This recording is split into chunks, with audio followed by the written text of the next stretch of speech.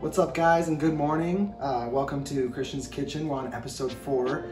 Today I'm going to be showing you how to make the most amazing, delicious, yet simple breakfast hash, and we're going to be using my secret ingredient, a sweet potato.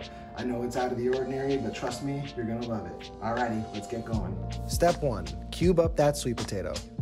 Next, we're going to be separating the bell peppers from its seed, and we're going to be cutting them into thin strips and then cubing them up into little squares. I'm using a variety of red, yellow, and green bell peppers. Add those to your mixing bowl and set aside. Next, we'll be cutting our white onion in half and cubing that up as well.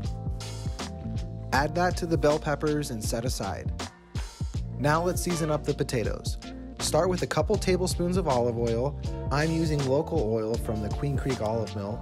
Be sure to check out their link below. Then we're gonna hit it with some salt, pepper, Hidden Valley Ranch seasoning, Flavor Gods everything spicy, lemon and garlic, as well as some thyme and rosemary. Next, we're going to be dropping our sweet potatoes into a piping hot skillet with another tablespoon of olive oil. Chop up your bacon and get that going in a separate pan. Be sure to keep potatoes turning every 2 to 3 minutes. After the bacon has had a few minutes to cook, let's throw in our sausage.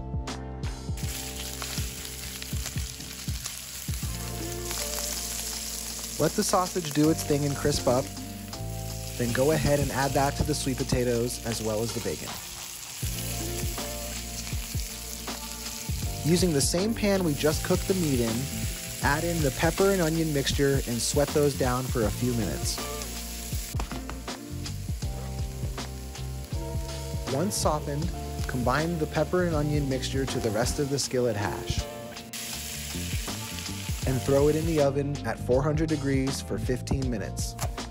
Now let's get our garnish going and chop up some fresh chives and parsley. With about 6 minutes left, create little pockets in your skillet and crack in your eggs one at a time. And once that oven timer goes off, garnish it up, plate that bad boy, and enjoy.